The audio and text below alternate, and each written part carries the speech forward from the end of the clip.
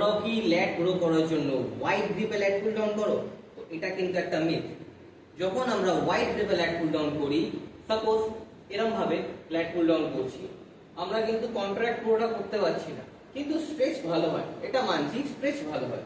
কিন্তু যে কোনো এক্সারসাইজে দুটো পার্ট খুব বেশি ভ্যারি করছে, এক ইসেন্ট্রিক পার্ট আর এক কনসেন্ট্রিক পার্ট। সাপোজ আমি বাইসেপ কার্ল করছি, বাইসেপ কার্ল যখন আমি হাত নিচ থেকে উপরে তুলছি, এটা হচ্ছে কনসেন্ট্রিক পার্ট, আর যখন নিচে যাচ্ছে এটা হচ্ছে ইসেন্ট্রিক পার্ট।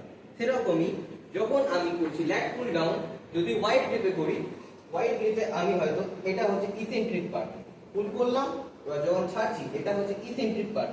ইসেন্ট্রিক পার্টে খুব ভালো ফিল করতে পারবো, কিন্তু কনসেন্ট্রিক পার্টে প্রপার ফিল করতে পারবো না, কারণ আমি এর থেকে বেশি আর ডাউন করতে পারবো না। আর যদি আমি গ্রিপটা সাপোজ একটু ন্যারো করে নিই, সেই ক্ষেত্রে কি হবে, আমি প্রপার কন্ট্রাকশনও করতে পারবো আর প্রপার স্ট্রেচও করতে পারবো। মানে আমার ইসেন্ট্রিক পার্টও বেটার হলো আর কনসেন্ট্রিক পার্টও বেটার হলো। এর ফলে কি হবে, দুটো পার্টেই তোমরা প্রপার কন্ট্রাক্ট করতে পারবে আর প্রপার স্ট্রেচ করতে পারবে।